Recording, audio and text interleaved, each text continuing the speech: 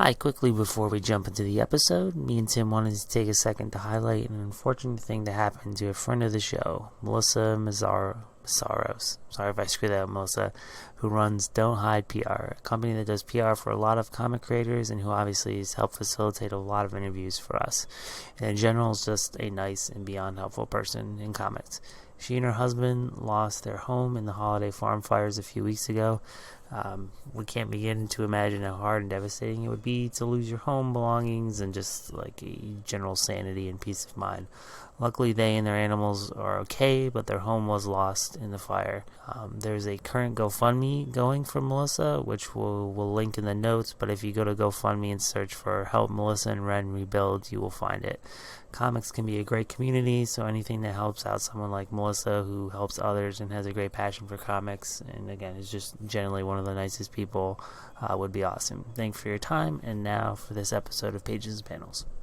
Alright.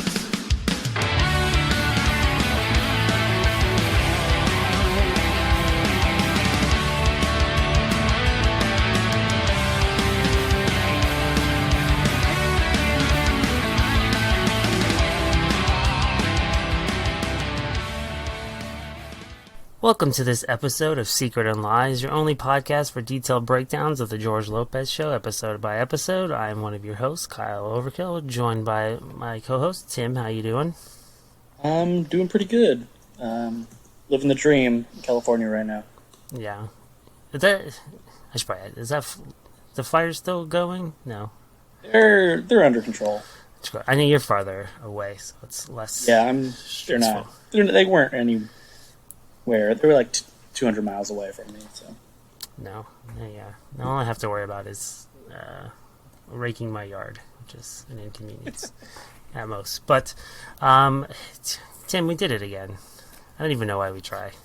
It's like the 100th time in a row. I know, I'm sorry. I keep doing it to you. We're not going to be able to talk about the episode of the George Lopez Show when Benny learns that George's father, who left her years ago to care for George alone, is now wealthy, and she decides she deserves to get rich herself. And after she's drunk at work, she falls down on work premises and pretends to get hurt to get workman's comp, but then she finds out she was only going to get $375, so she plans to sue them for $1 million.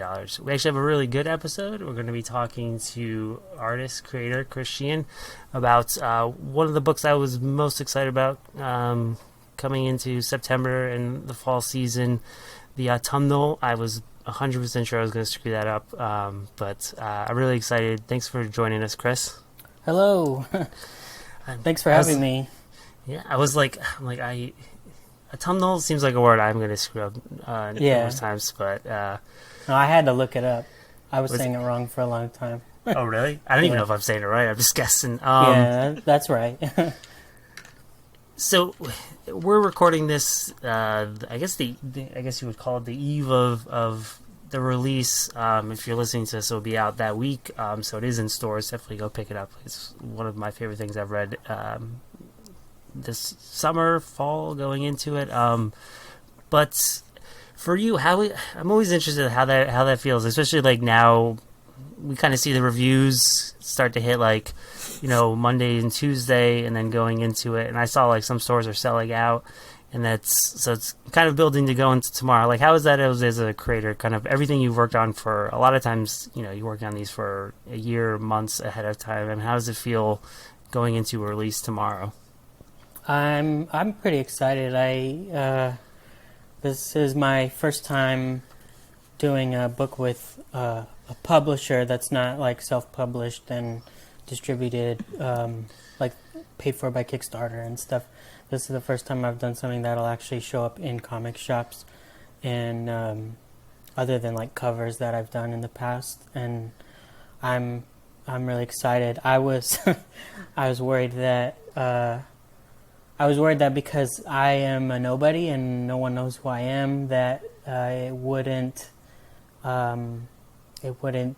do well. And then I heard that it sold out, and I'm excited and a little nervous. I hope people like it. Yeah, well, I mean, it's the second they showed. I mean, I've seen obviously your cover work, Deadbeats, and then. I'm blanking on it. What was... I'm gonna blank on the name. He did, I think it was like 4 issues. Yeah, Prometheus, Right. and issue 5 will be done sometime this year. I'm trying to fit it in. That'll be the finale. But yeah, I did a little mini series called Prometheus with Ryan Little, which was funded on Kickstarter, and then Deadbeat, which we just kind of printed ourselves and sell it, and Jed, the writer, also sells it digitally. And like what I mean, I said when I saw you were doing it, I was excited. I mean, your covers are great. I know you did the one for She Said Destroy. We had them on when that came out. And I guess I think just second you see these previous pages, they're beautiful. But obviously being kind of attached with Daniel, how did that come about? You guys kind of teaming up with that on this book. So I actually had the editor at Vault, Adrian, reach out to me. They had already been in talks with Daniel, and it kind of lined up really well, being everything that I wanted to work on next. Like I was, it was weird. It was really weird. Because I didn't tell anyone.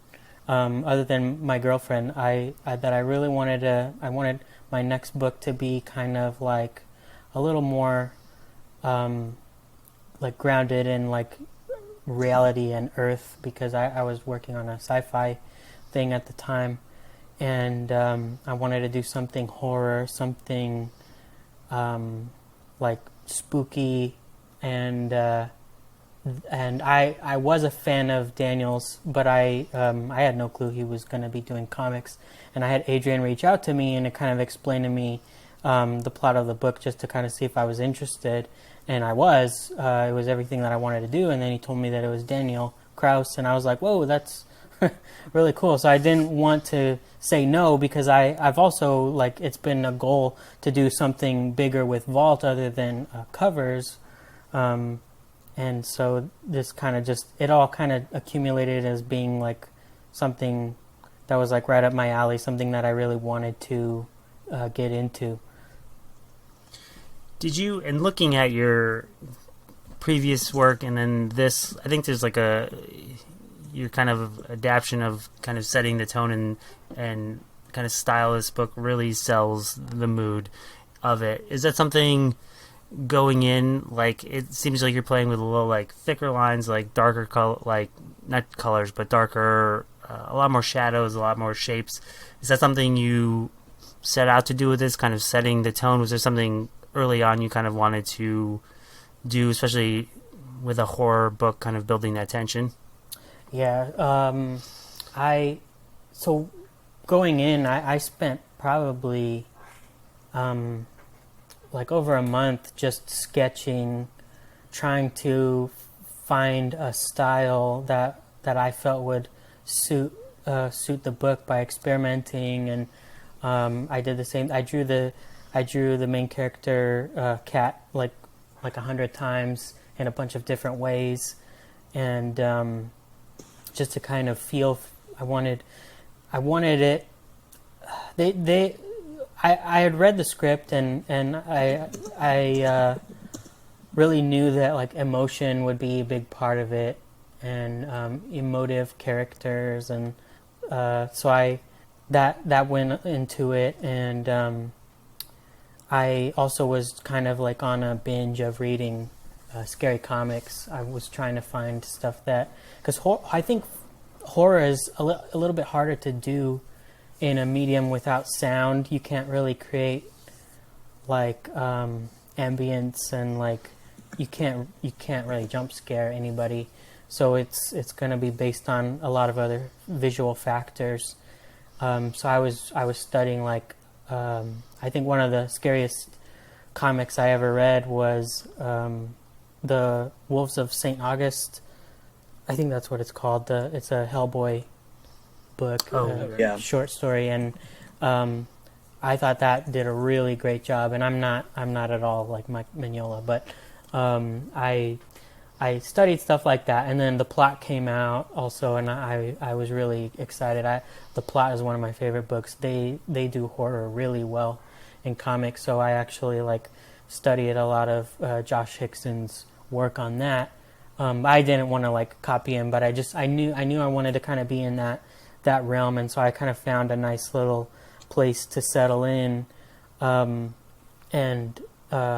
that's basically how I kind of figured it out. And even now, I'm still like, oh, I wish I had started it differently, because you can't really just completely change the style in the middle of the book, and I have ADD, so I'm like, I want to. But I like how it's looking, and I think it works really well to show the emotion of the characters and the stress that they carry, and the tension that's slowly being built throughout the series. And that's something, I mean, me and Tim have, I think because we both are really into horror comics, and also comedy-based or humor comics, I think those two are two of the hardest things to kind of translate to comics, because a lot of, like you said, you don't have the tension of music, the ability to cut for jump scares and stuff like that. And we discuss a lot, in comics, the reader has a lot of the control, especially kind of, how fast they page turn, their ability to kind of wander. Yeah. So, it's really difficult. And I think you do it extremely well, because I think a lot of the things I think that work really well is being able to build tension with believable and relatable characters. And obviously, a lot of that comes with Daniel, but I think you're kind of, emotional expressions and the way you kind of craft Kat and Sybil and their relationships feels very genuine when you see the two of them together. They don't feel stilted or jiffed. But also one of my favorite is because I think one thing you can do in comics is kind of build tension in the size of the panels and the space. And I like the one page where the funeral home owner or caretaker's coming in, and when you first see her, she's in shadow, and she's framed in the door, and they're smaller panels, and she even refers to her as the creepy old lady, but it really builds that, and then everything from that point is POV from the casket, which is again is a really great job of kind of building that visual tension that you can only get, I think, in comics. Yeah, and a lot of it, surprisingly, surprising to me anyway, a lot of elements actually come from Daniel, because of his experience writing without pictures. He has to be very visual with his wording, so a lot of it is designed in his script, and it makes my job a little bit easier. But yeah, I feel like if there's one thing I bring the most, it's the the mood and the emotion and expression. Yeah, and I think there's a lot of really great framing in this. I think I saw it a lot in Prometheus as well, as your ability to kind of either put characters in the 2/3 and but move them from side to side when it's an emotional moment, or another page of my favorite is the one where we see her at the mirror and it's broken, and you see the fist and the eye, so even in that is really great, because obviously you don't see her punch it, but you visually get it, and then you get the payoff with the eye. I think there's a lot of great movement from panel to panel in it, which I love the way you angle the bus on that one. It gives a great sense of motion, so a lot of that is really done really well to kind of build almost that cinematic sense that you kind of want out of a horror based comic. Yeah, I appreciate that. I really like how that bus panel came out. For this book, and especially because it's called the Autumnal, and there's a lot of basis around the leaves in this town.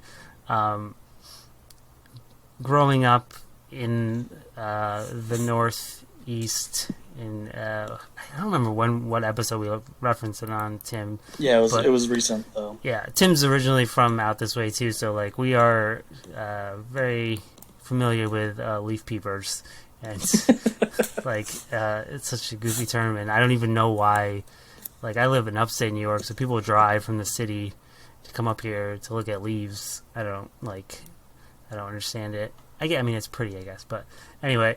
So like, but this town looks believable. Like it's a really great kind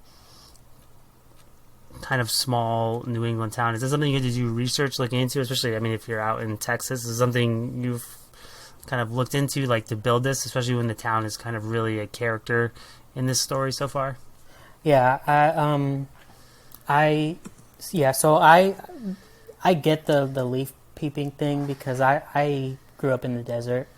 Right now I live in Austin and there's trees everywhere, and even just trees everywhere is new to me, but watching like the leaves change and the colors and everything, that's something I don't often get to experience. But yeah, so the town is based on a few different real towns, and I forgot what they are. What I do is I found a list of like the prettiest New England towns. That's really all I did, and then I went into Google Maps and into Street View, and I spend like hours like driving, quote unquote, through these towns to see what they have. You know, like the old like gas lamps, and some of them even have like cobblestone roads and a lot of like red brick buildings and things that I'm not used to seeing. So I wanted to make sure that it was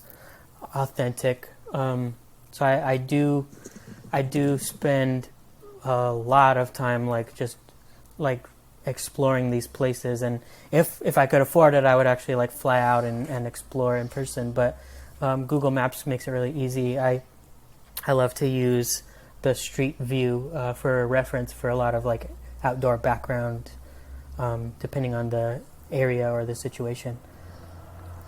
Yeah, there's a lot. Like again, there's a lot of great background work in it, but it is like, I mean, again, growing up out here, and a lot of time. I know Tim in Massachusetts and Boston. I lived in Massachusetts as well. Like it is like you could like turn a street and it looks like, I think that one full page where you see like the small town monument, you see the steeple in the background, and you see like the shops with the second floor like wood balconies. Like that is like the perfect like New England small town.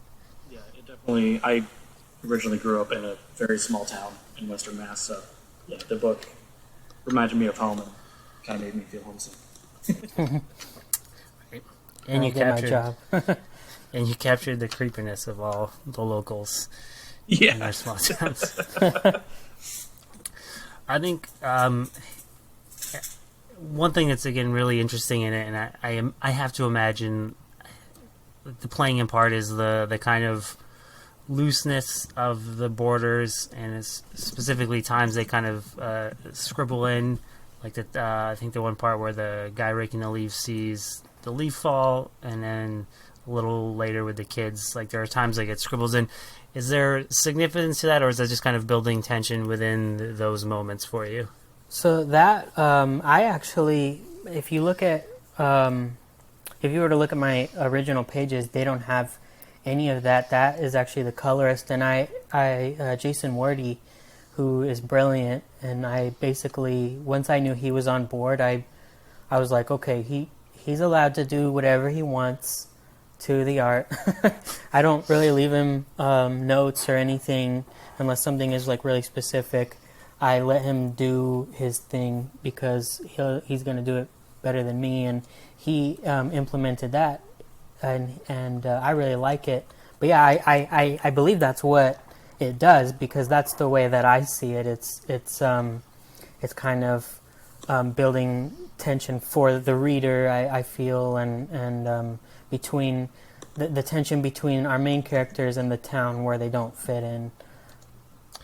It's always kind of amazing, and like you said, Jason is an amazing colorist, one of the best right now, and like that's so much again because of not only establishing the tone, but again this kind of town set with like changing color leaves, and there's like really great like almost bleeding watercolor effects. Like it really sells the book. So like to have you both of you kind of on the same page without real like having the trust of each other is amazing. We were just, I think just this weekend we were talking about Bill Sienkiewicz, the Demon Bear saga, and like I think it's always lost that like the colorist Glynis Wynn is like really sells Sienkiewicz's art, which is crazy to say because like he's great, but like to be able to have that kind of trust is that, and then like Jeff Senior like your inks, especially on like Prometheus, and then like have someone to come in and color it like and be on that like same page for this book to really establish that tone. Really, obviously speaks to kind of what you're able to establish early on, but then when Jason comes in, just like kills it. Yeah. I can't stress enough how important colorists are. That I've said a lot that a good colorist could make or break a book, or a good or bad colorist could make or break a book. And he like I had like a list of the colorists that I hoped for when I signed on, and I sent that list to Adrian, and Jason Wordie was on it, and a few other really great colorists were on it, and Adrian recommended Jason. He's done a lot of books with Vault and a lot of books in general, and once he was on, I was like, okay, I'm not even gonna pretend like I know what I'm doing, because anything I would have thought of, and I think I'm pretty good with color. I color all my covers, and I like to color, but I know that if I had restricted him in any way, it wouldn't be as good. So I'm letting him really like do his thing on there to the best of his ability, and it's definitely shows. I really love when he all the outdoor shots with the leaves and everything. He really nails that. Is this book specifically, I think, kind of the way, again, it's colored, but also I think like the actual like, I guess quote unquote like ink colors, line colors. Are you working, is this book digitally for you, or are you working, I know some of the stuff, like I think Prometheus you did, was that pen and ink? Prometheus was digital, and this is as well. But I do like a little. I often will mix, or occasionally pages will be traditional, depending on if I have time, or if I want to get something across that's harder to do digitally. But for the sake of time, I'm doing it digital so far, and I save the traditional work for my covers for now. But in future issues of this, there will be some traditional interior pages as well. Is it something we've discussed with some other, I think Michael Walsh we're talking about, because he's like kind of prolific in covers, and again, like your covers, I think the one you just did for the plot where it's like themed like an old paperback is fantastic. Is there, for people who kind of know someone as a coverist, and then there's people who do interiors, and I think a lot of times now we see like the separation of that. Is there for you a different mindset going into something on the cover versus kind of your approach to interiors, knowing kind of you have to like sell one image? Is it a different like creative mindset for you? Yeah, and I wouldn't have thought that there would be, but I always noticed that the way I think about covers and even my process is a lot different. So like for interior pages, it's more about the way that you lead the reader's eye throughout the page, and the way you can control their reading speed and things like that. And then obviously then there are the things within that, like the characters' emotions and the acting and the set pieces and stuff. But with covers, the most important thing to me, and I know other people think differently, but for me, I think you need to be able to see it from across the room and know what's going on. And I know a lot of covers are very detailed and lots of little lines and details and a lot going on, and they look really cool up close and you can look at them. But for me, I prefer just big, strong shapes. So a lot of my covers are about that. They're big, strong shapes. They're character portraits or just like a few important elements. A lot of just things that I feel like will make you want to look inside. Big, like simple color palettes. Since I color my covers, I tend to try to stick to like 2 to 3 like main colors that you're seeing. So from far away or up close, you're drawn to the cover. You wanna look at it because it's like one big skull or whatever, some one big shape or several like shapes. And I try to I'm still like learning and learning from other really great cover artists, watching what they do. But that's my main focus when I do covers, is it's big shapes, and with interior pages, it's less about shape for me and more about like the flow of important elements down the page. Yeah, and I think that I don't know if I've thought of that way because I mean when you're doing character designs or something like that, like which again are really about kind of creating the initial image for something. It's all about kind of, you want strong shapes, strong silhouettes, and I think you would want that in a cover. That would make most sense because again, I mean, unless it's like Amazing Spider-Man where people are going to pick it up, like you want something that's going to draw the attention, sell it, and then get people inside.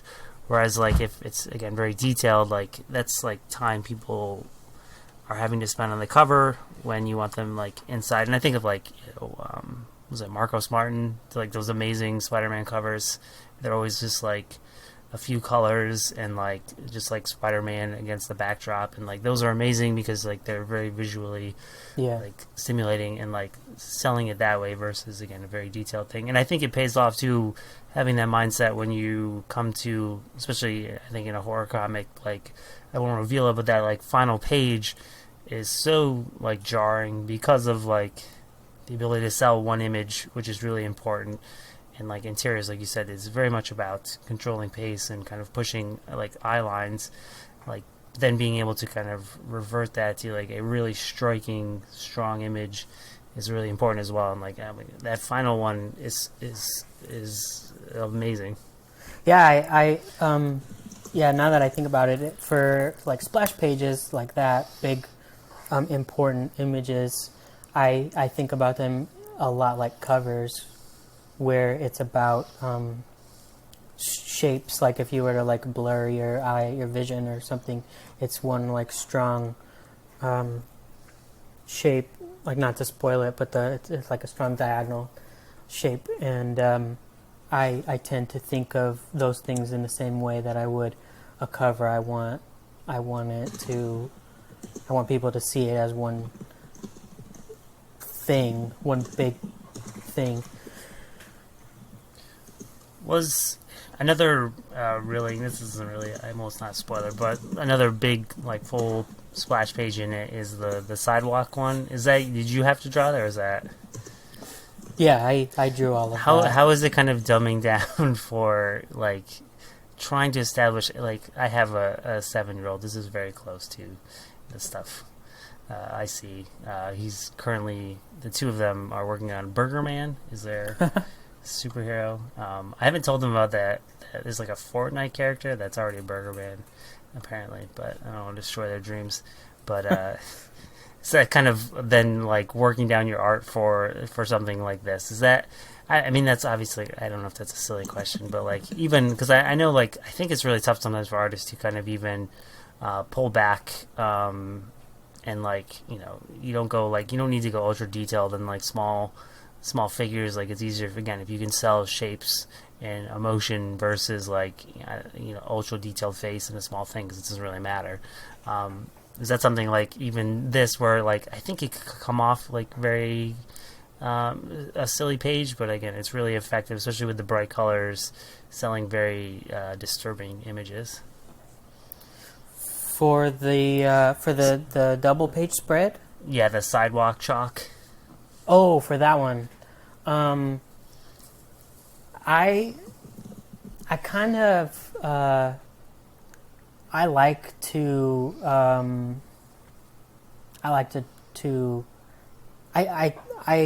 don't know. It's hard to describe it. I feel like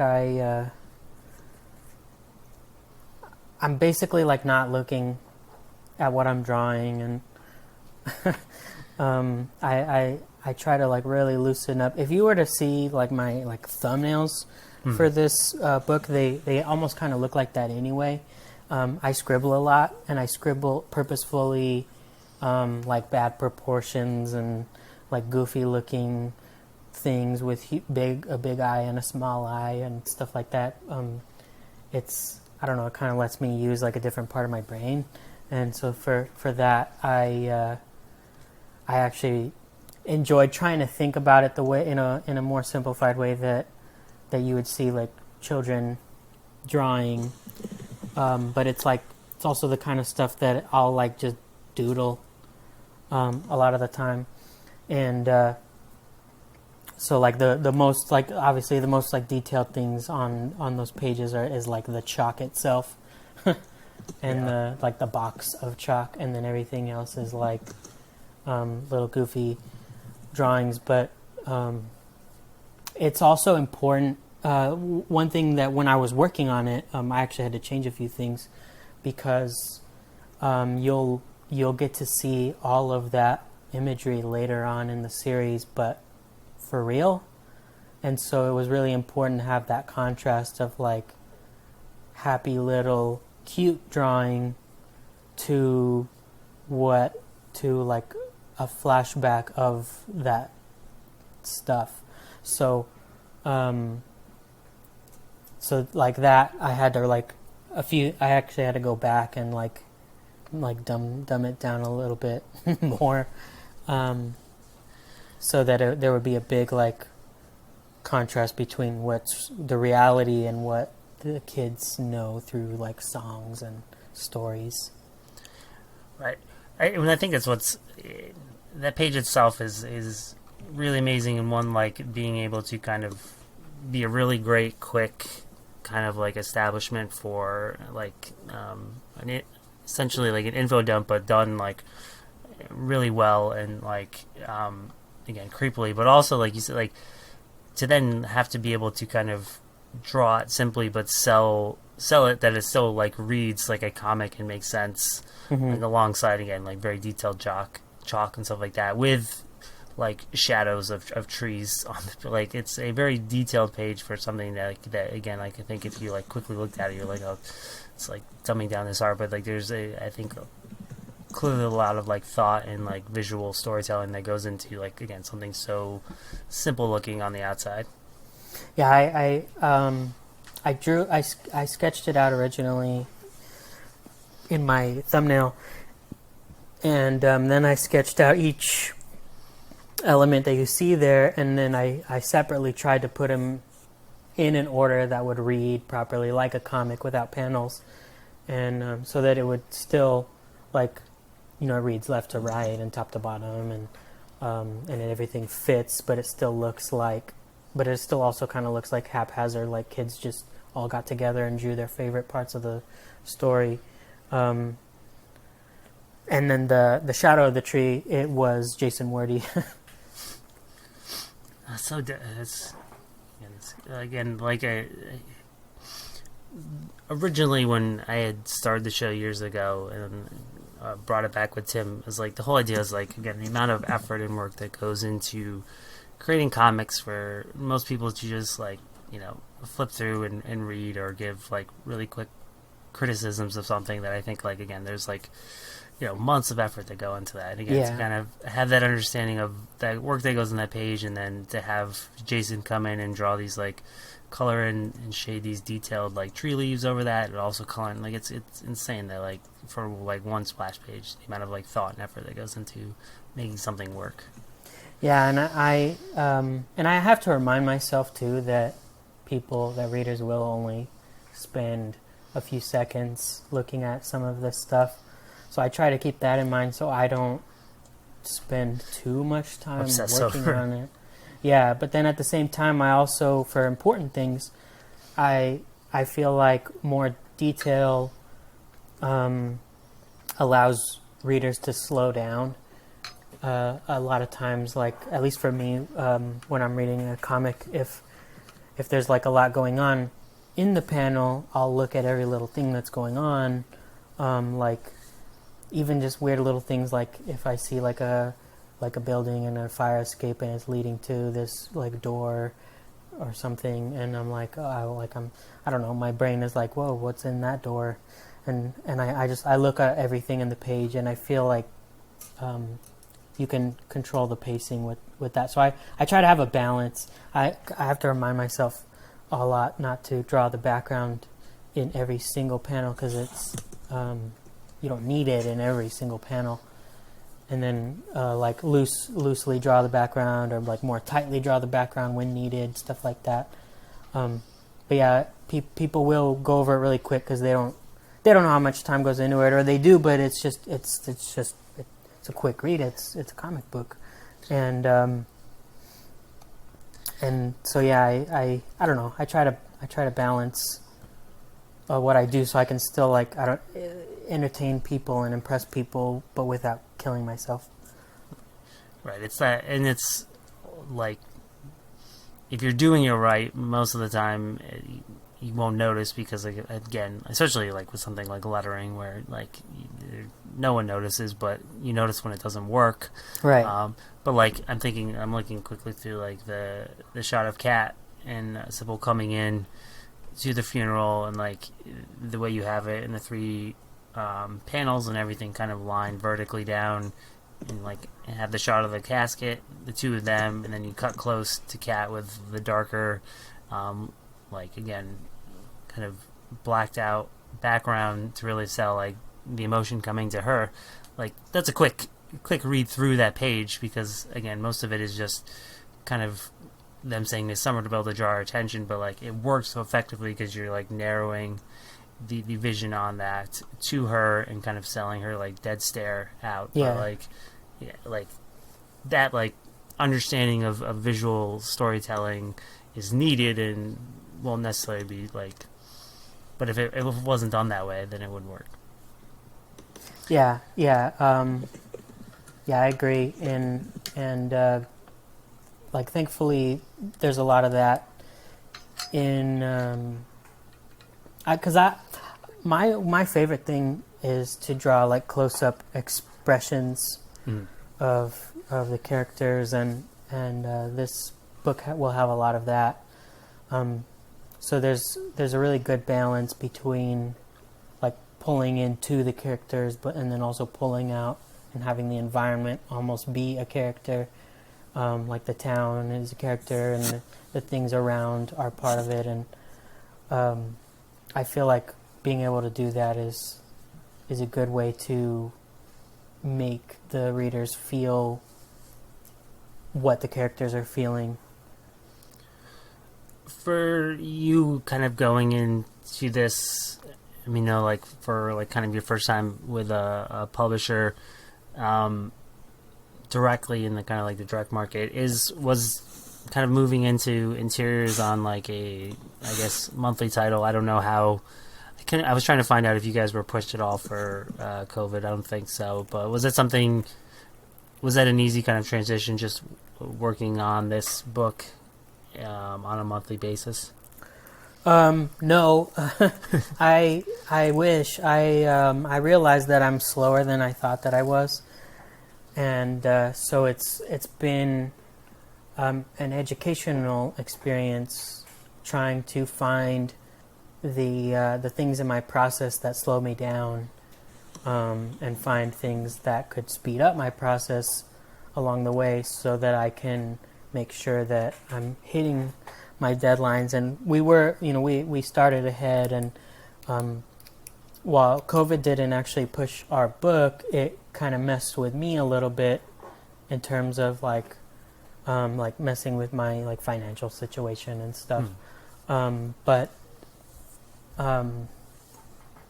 it didn't hurt me too much. But yeah, for me it's been just an experience, because before I wasn't doing anything monthly, and I knew I was fast enough to do something monthly, but when I dove into this book, I wanted to get everything right, and a lot of that like slowed me down, and so I'm learning a lot, which is good. I feel like they're allowing me to. They gave me enough space. I started early enough so that the book's not going to be late, but I'm learning a lot and figuring things out as I go. I had a question about your specifically about your working with Daniel Krauss. He co-wrote the novelization of The Shape of Water, and how much pressure did he put on you to include a giant fish monster in this book? Not he didn't, thankfully, though I would have probably enjoyed it nonetheless. Is he casually bringing up in emails? That time I was working with. Well, he's done like 2 things with Del Toro, I think. Right? He did Troll Hunters. Yeah, he also did Troll Hunters. Yeah. No, not he doesn't. I want to casually bring it up because I'm such a huge Guillermo del Toro fan, but I also don't want to like come across like a big nerd. So I don't. It's always the case too. It's always the people you want to like bring it up, never do, and the people you don't want to hear things that I like. I don't want to hear that. Yeah. Like, I don't know. Maybe it'd be cool if somehow Guillermo del Toro read our book and enjoyed it. But either way, it's really cool that he got to work with him. I really love those books, and I love I love The Shape of Water, the movie, as well as I haven't seen Troll Hunters, but I really like The Shape of Water. I really like the Guillermo del Toro's use of practical effects and stuff like that. So I'm always thinking about it when I'm talking to Daniel, but I never bring it up. Well, once he listens to this, he'll know to bring it up. Yeah. Or you just casually in like emails like, yeah, I'll get to that. I was busy watching The Shape of Water. I didn't, and I'm actually familiar with that film. But I do think, I guess referencing Del Toro and like, obviously famous for kind of the creature designs and the things he's working with, but specifically maybe like Pan's Labyrinth or kind of Hellboy 2, where we got the like, I can't think of the name. It was like an Eternal. It was like that big the plant monster Hellboy like kills. So like in this book, again, not spoiling anything, and again, Chris was nice enough to offer us the second issue read, and I've held off because like one, I don't want to even reference a spoiler, but also like I'm really excited to read it. But kind of the things you're alluding to in the sense of horror in this seem like a very specific kind of style. Is that something? Do you kind of have a reference point for where you're going with the look of that? And you even reference the plot, which again has like amazing visuals in it. Is there, as the series progresses, are you going to be able to kind of skew in the more like horrific imagery for you? Yeah. Each issue gets, so it starts off kind of a pretty slow burn, and the first couple issues are slow, but it definitely it picks up pace it picks up the pace exponentially. And I read the whole script in one sitting for the whole series, and I did a lot of design work, and so you're gonna see like moving forward, you're gonna see it's gonna get like gross and scary, and that'll be more of like where I get to like really play around with texture and like not spoiling anything, but it's gonna get scarier. Yeah, I love, again, I feel bad, but again, if you're listening to this, it's out. If you have to, pause it, go read it. Hopefully you've read it. Again, it's an amazing first issue. Like, I love like the slow burn horror and kind of the build up, and that like final image that kind of really sets the tone going forward is amazing. And it like reminds me of like Hannibal, which I think visually is really amazing, kind of what they did, and then even like that first season of like True Detective. I love that, like this very like kind of almost grounded style of horror and very earthy, stuff like that. Like, I'm very excited to see kind of what you're able to work with going forward. Yeah, the slow burns are my favorite, and I really love horror that I love stuff where the monster or whatever, the creature, the monster, the bad guy is present, the entire time, and you don't really realize it. So my favorite movie of all time is Alien, and I really love how that is kind of a slow burn, and there are like jump scares and stuff, but there's scenes where the xenomorph is just there in the background of the shot, and like but you have to really like look to see it. You don't always catch it in your first viewing, and so this is our book is like that, where the most of the horror takes place in the tension that's built between the characters in the town, but later on you're gonna see it. Yeah, I made the mistake of, I realize it now, naming our newest son, we named him Ripley, because again, Alien is like for me one of the quintessential horrors, and then we were trying to name something after like a strong female character, and I talked my wife into Ripley because it works kind of in a unisex way. But then I was like, well, I don't know, I can't, like, because it's come up a couple times with our other kid where like they'll have like a school project, like, why is your kid named this? And I'll have to be like, oh, he's named Winter after the Winter Soldier because Ed Brubaker's and like I'm like, oh fuck, I'm gonna ruin this kid's life. And now I have another kid where I'm like, I can't show you why you're named this way because like I don't know what's an appropriate age for Alien, but just trust me, it's great. Yeah, I was like, even the Haunting of Hill House, like that was one of my favorite things. Is again throughout that whole thing, like, I mean, there's obviously present jump scares, but like the beauty of that show is like they're throughout the show, the horror is kind of always there, the monster's always there, ever present, and like you can kind of go back and do it. And even again, that's like the beauty of comics, even if it's not a horror comic, but like I love the second read through, like even in this there's a lot of detail you guys put in, like because the scene of her punching the mirror is essentially a flashback when she's back in the office and on the bus. You can actually see like that right hand like bandaged up, which is like a really great like detail in that. So there's like a lot of small things that kind of work to like sell a larger like story and narrative. Yeah, and speaking of Hill House, that was a big influence on me for this, like studying that. I love like studying like film and like really well done TV. For I don't know. My influences for comics are more movies than actual comics, and so that's one thing that I definitely was a big influence on me for this, the visual storytelling that they use in Hill House. I think two of my final questions, I mean, you kind of reference it, but like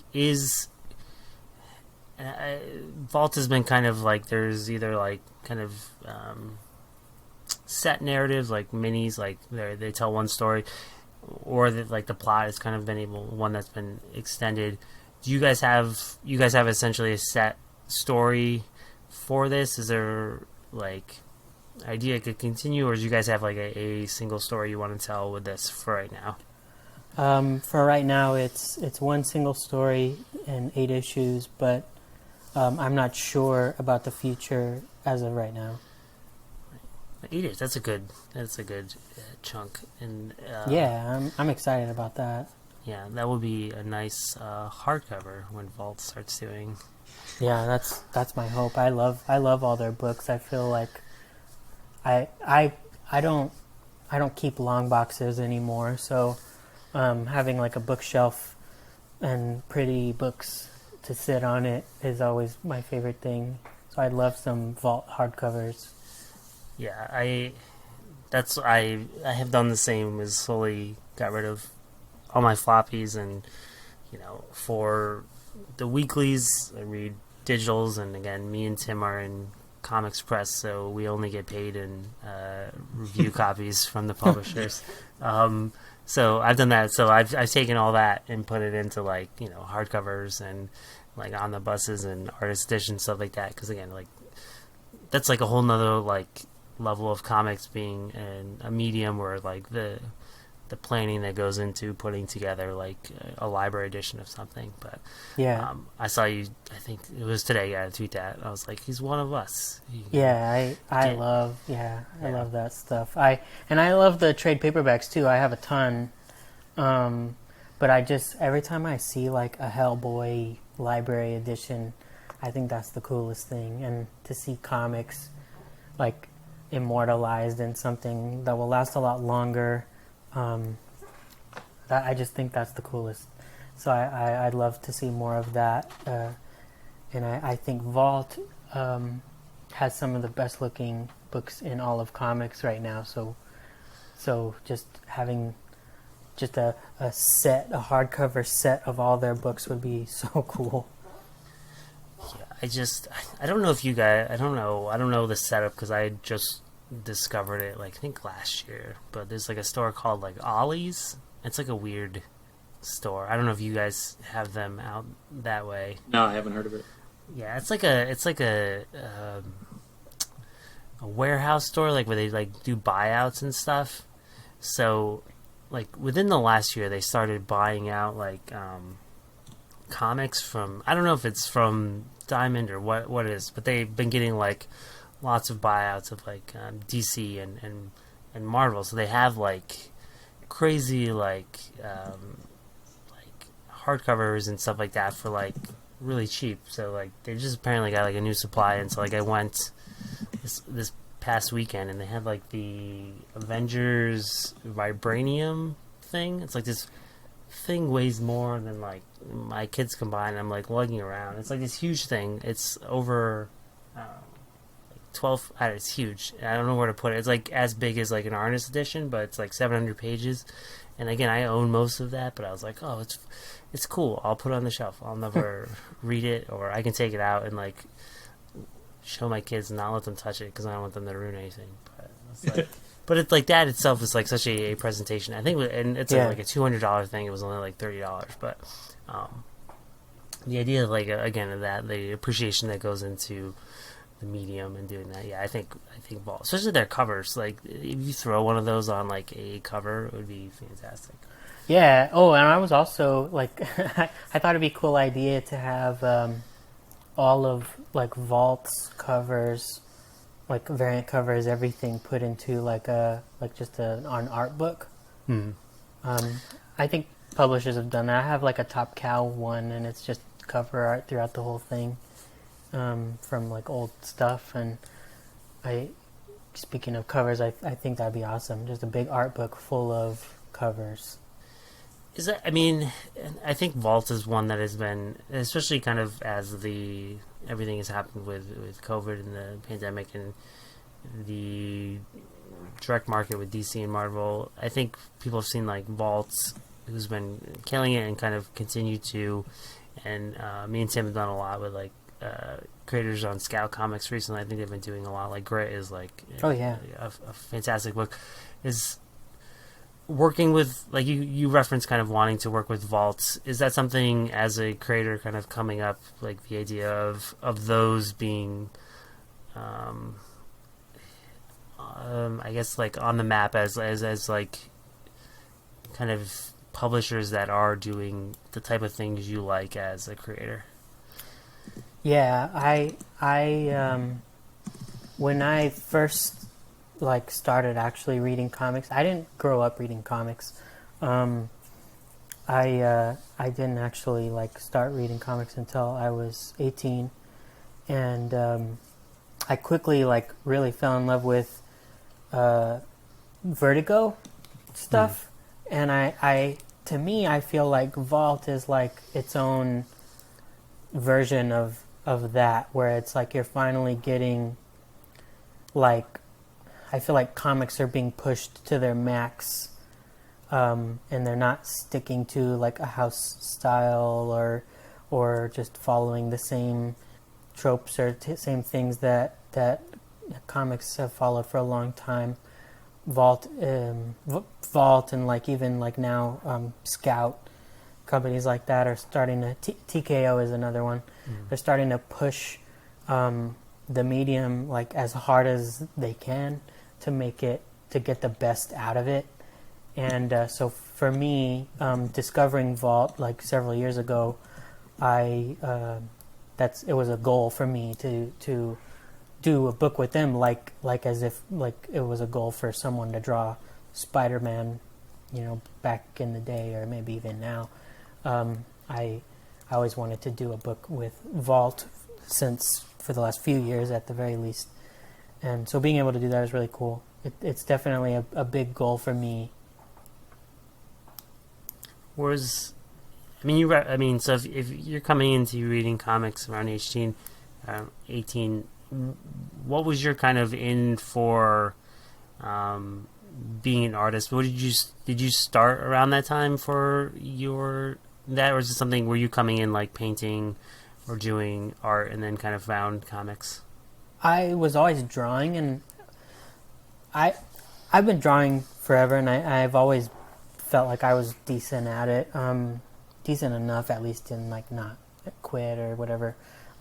It was really just like, I don't know, ego, I guess, because nobody when they're a little kid is that good at drawing. But I don't know, something in me was like, no, I'm not going to stop. And so I drew all the time, and I've always also loved telling stories. So I thought maybe I would grow up to be a writer or a filmmaker or something like that. I didn't really even consider comics.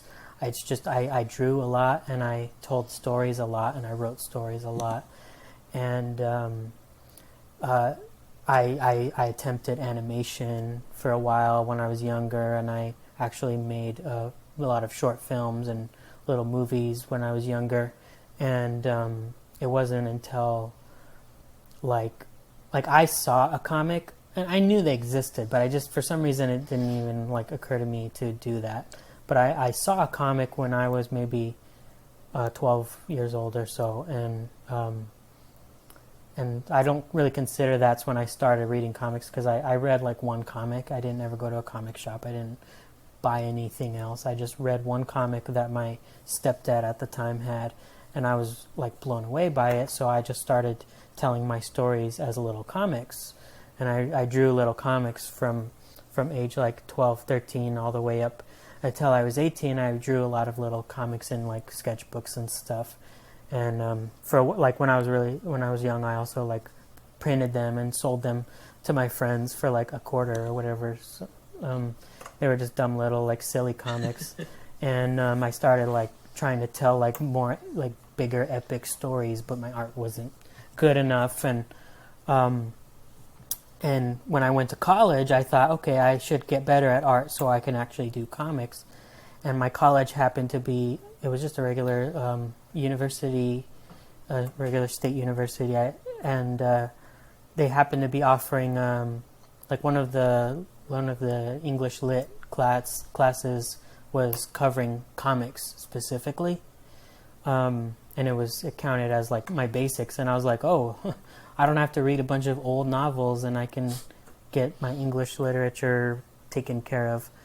And that's when I actually saw comics for real and what their potential could be, and that class exposed me to a lot of comics.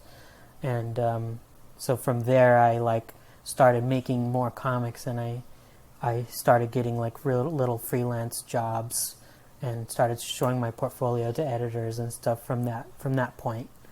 But I've always drawn, and I've always kind of made little comics since as long as I can remember. Kind of building off that, and I've seen you reference it like occasionally on Twitter, and this now kind of being, I think, a time. It's never, I don't say never been easier, but it's, I think, more. Is there something, or is there a goal for you to kind of either do writing, or do you kind of own both writing and art? Is that something you're building towards, or been working on, or would like to do? Yeah, it is something I'd like to do, but because I do this full time, it's like now I do this full time. It's harder to. I have a lot of potential freelance work as an artist with a writer, and I would need at least a little gap of my own time to prove that I can also write. But it is a goal.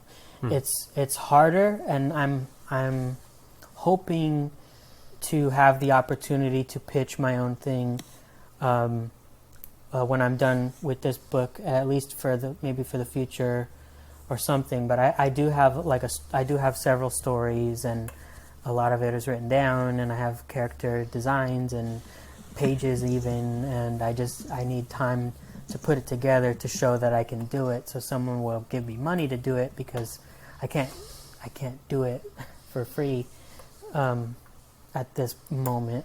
I can't afford. I don't have the time or the money, and so I need a little bit of both. So I'm hoping to have a little bit of gap of free time to at least put together a pitch. But yeah, that's a goal, and I'm not in a hurry either. I know I have time. I just but it's definitely a goal to write and draw my own stories in the future. But I do love working with writers. That I love the collaborative nature of comics, and I'll never not do that. And I mean, obviously, your work prior, but again, this issue, like showcasing visually, and again, hearing you talk about kind of the approach early on or growing up of kind of wanting to be a filmmaker. Like, it is a very, I think your eye is very cinematic in especially your panel approaches and layouts to that. Like, is a very cinematic approach to kind of understanding that, again, as kind of like a camera view of that. Before Tim's final question, this is occasionally one thing we'll try and bring up when we remember that is a quote-unquote bit, is I doing a lot of interviews for like sites. I like to squeeze in as many like puns as possible, and I love like review coverage. Like reviewers love to put like puns and clever things in there. I've seen a few with the Autumnal, like I've seen people like the perfect like autumn book, or like as the seasons change. I think I've seen that a couple times. For you, is there something you would like reviewers to use, or is there a pun you've seen or have thought of for your book yet? I'm not sure. I joke a lot with my girlfriend when we take walks, that I always say, like, she's in the leaves, she's gonna get you. and because like I read the whole script to her, and I've showed her the art, and she's also she helps me take like reference photos. She's kind of like the basis of Cat. A lot of Cat is based on her, not completely, but a lot of it is. So I use her for reference for Cat, and so that's just something that I joke with her about. I say she's in the leaves and she's gonna get you. That is a good one. I will. So, if anyone's listening, you can't. No, I don't care. You can use it, because I am like, again, I will go out of my way to make it a long one as the title, and almost 80% of the time my editor changes it. Like, it doesn't ask me, because he just, at this point, he'll just change it because he hates them. But so I got for the Autumnal, set your peepers on the autumnal and don't leave this title on the shelf. Oh my god. That's a pretty good one. Which it's so bad it will lead perfectly into Tim's final question. All right, so Chris, gun to your head. If you were forced to write one episode of The Big Bang Theory, what would happen? They would break the fourth wall, and they would all quit because they would realize that this is just not good.